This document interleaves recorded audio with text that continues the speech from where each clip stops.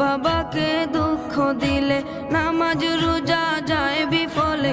মা বাবাকে দুঃখ দিলে নামাজ রোজা যায় বিফলে।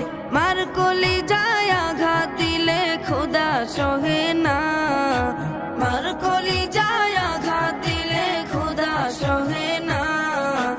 আল্লাহ নবীজির দয়া তারা পাবে না।